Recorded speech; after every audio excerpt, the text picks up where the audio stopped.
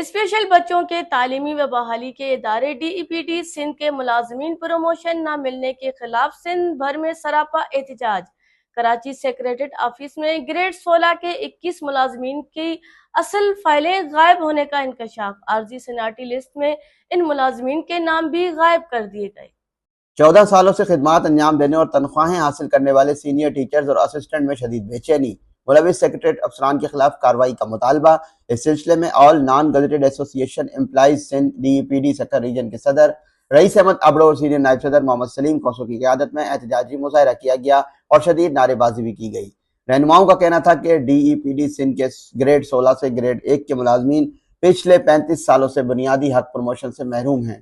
مسلسل احتجاج کے بعد چند دن قبل گریڈ 16 کے ملازمین کی عارضی لسٹ جاری کی گئی، لیکن اس میں جان بوجھ کر 21 ملازمین کا نام غائب کر دیا گیا اور کہا گیا کہ ان کی اصل کاغذات کی فائلیں گم ہو گئی ہیں۔ رہنماؤں نے کہا کہ یہ عمل صرف رشوت نہ دینے کی وجہ سے کیا جا رہا ہے۔ انہوں نے مطالبہ کیا ہے کہ D E P D Sindh میں ملازمین کی حق تلفی بند کی جائے اور D E P D Sindh میں ایماندار آفیسر مقرر کر کے ملازمین کی بے چینی ختم کی جائے۔